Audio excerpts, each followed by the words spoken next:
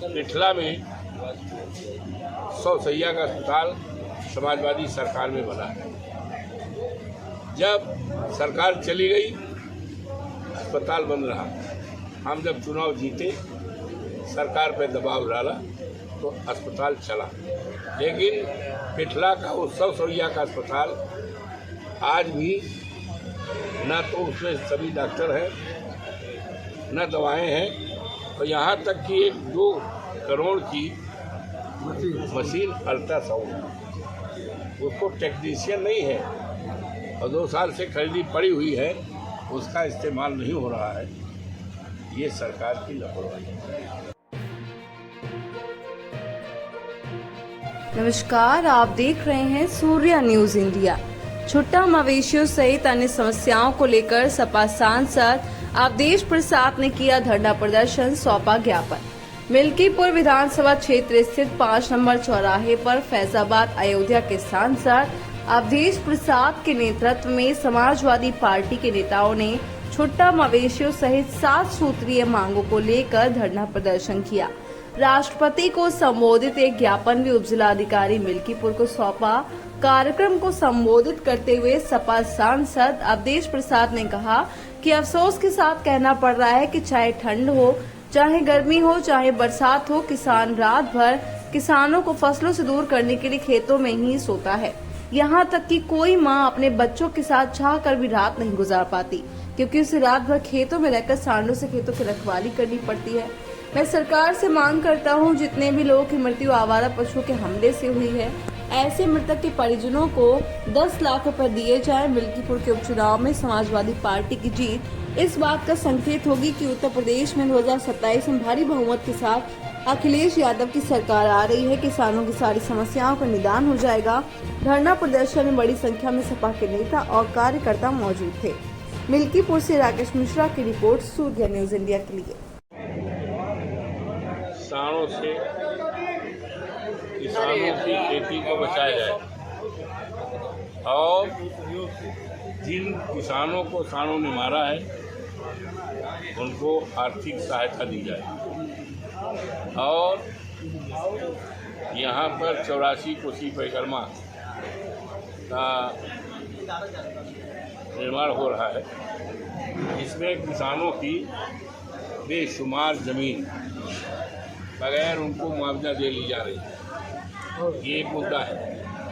ITI राजकीय ITI अरिंटीनगंज में सिधौरा में खोला गया था जब हमारी सरकार थी। राजकीय औद्योगिक ITI, इसको वर्तमान सरकार ने निजी हाथों पे बेच दिया।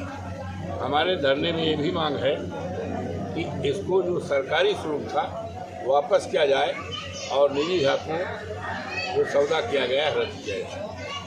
हमारे धरने में मुद्दा ये भी है कि पिठला में 100 सैया का अस्पताल समाजवादी सरकार में बना है।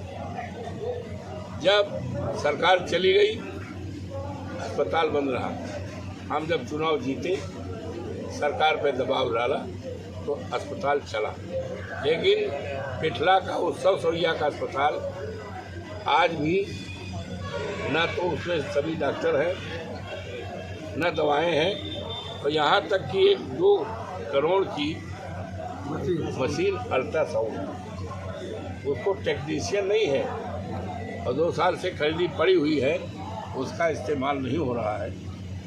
ये सरकार की लापरवाही है। इसी तरह खलिया में जौगांव इलाके में एक अस्पताल खोला गया था, समाजवादी पार्टी की सरकार में खोला था, और सरकार चली गई तो बंद रहा। उसमें सांड बैठते थे। अब जब हम चुनाव जीते तो फिर चला, लेकिन उसकी भी अभी दुर्दशा है। यही नहीं, परसवा में राजकीय महिला महाविद्यालय करोड़ों रुपए की लागत से खोला गया। राजकीय महिला महाविद्यालय लड़कियों की पढ़ाई उच्च शिक्षा के लिए, लेकिन इस सरकार ने राजकीय स्वरूप हटा दिया और ये कह दिया कि अवध यूनिवर्सिटी इस कॉलेज का प्रबंधन करेगी। तो अवध यूनिवर्सिटी वीसी साहब के पास तो अपनी यूनिवर्सिटी चलाने का समय नहीं है, हमारे परसवा में कहाँ है। तो जो इसका स्वरूप था राजकीय महिला महाविद्यालय राजकीय, ये स्वरूप वापस किया जाए और जिससे ये डिग्री कॉलेज जिस मंशा के साथ हमने खोला है चले, यहाँ की लड़कियाँ पढ़ेंगी। इन मुद्दों को लेकर के ये और 7 तारीख को ऐलान किया गया है कि अगर इस पर पाबंदी न पाई गई तो 7 तारीख को दिन मंगल को हम बड़े पैमाने पर जन जागरण करेंगे और खेती बचाओ सांड खाओ, खेती बचाओ सांड खाओ का नारा पूरे क्षेत्र में गुंजायमान रहेगा और सरकार को मजबूर किए कि हमारी खेती को बचावे, सांड को हटावे और नहीं तो सरकार को हटाया जाए। बस अब हमारे अध्यक्ष जी गए थे, अध्यक्ष जी को भेजा था और तहसील में अनुमति के लिए, लेकिन उन्होंने अनुमति नहीं दिया। कहीं हमारे ऊपर बड़ा दबाव है, बहुत दबाव है, इसलिए हम अनुमति नहीं दे पाएंगे। तो हमने कहा कोई बात नहीं है, आप अनुमति नहीं देते हैं तो जो हमारी विचारधारा है, हमारा ये आयोजन है, उसको आप नहीं पाओगे, उसको दबा देंगे। आज हुआ शानदार तरीके से, वक्त हज़ारों लोग आए थे, देखा होगा आपने।